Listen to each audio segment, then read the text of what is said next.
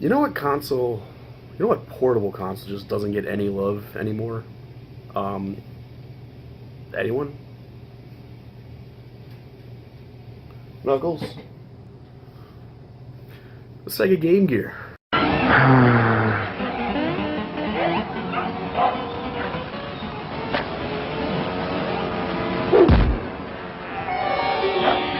Whoa.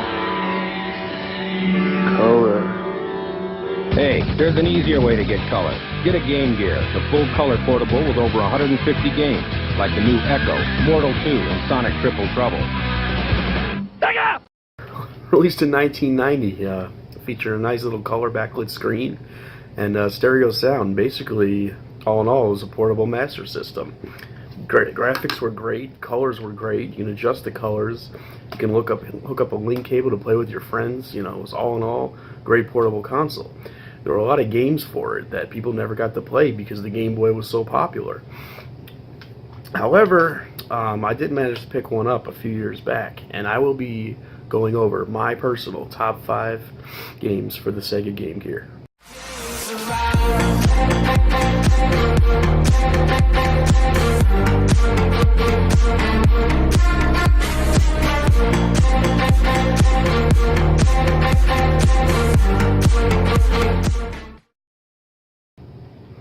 Number 5 has got to be Terminator 2, the arcade game. If you grew up in the 90s like I did, you would know about the arcade game where it had the 2 big guns you hold on to and you look in the little tiny LCD lens. Well, they came out with it on the Genesis and the SNES, and you could use your light gun, but they also came out with a really great port of it to the Sega Game Gear.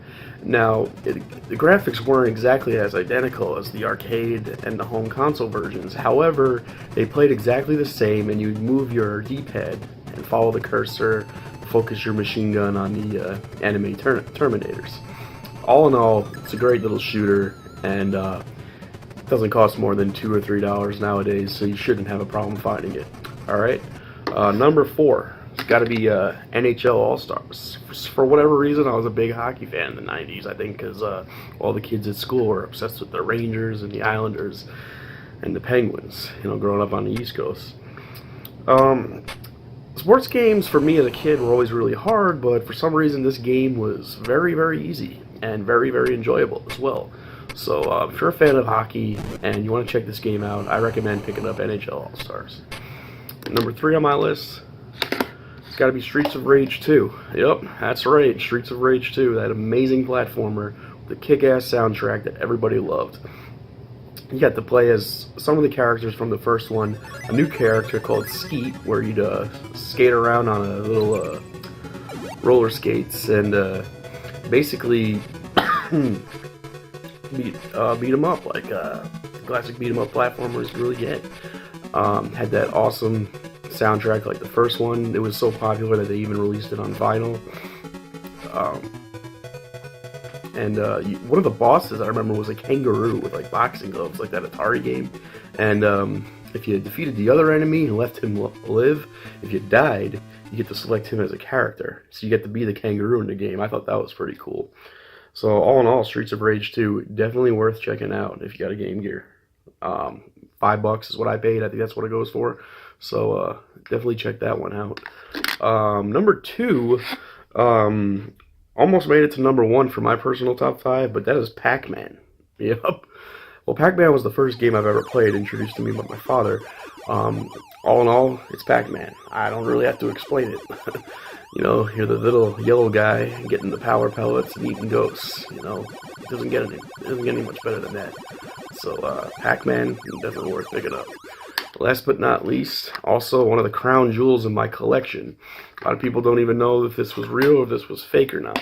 But no, it was real. They actually made a Mega Man, not only for the Game Gear, but a Mega Man game on Sega. Kind of like the Wily Wars was released only in Japan on the Genesis. Well, Mega Man for the Game Gear was released here in the US. And it was licensed by Capcom, but it was made by US Gold, a popular gaming company that was making Game Gear and portable games in the 90s. Now, the character was so popular on the Game Boy that they had to bring it to the Game Gear. And it plays just like the first 1, 2, and 3 of Mega Man. some new levels, some new bosses. Has that same feel to it, and the character though, shape and pixel, kind of similar to the later like 5 and 6, 7 style of Mega Man, and it is just such an awesome game to check out, and I highly recommend picking it up. Problem is, there's not a lot of them out there still, and they run usually for about $75 to $100, which is absurd for a portable game. Come on, guys. Although it is Mega Man, I highly recommend downloading the emulator and the ROM if you can find a good patch on it, like a RetroPie or something. All in all, Mega Man, best game on the Game Gear by far.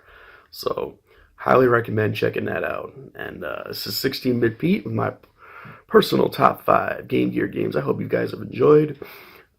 Stay tuned for my next top 5. All right, 16-Bit Pete.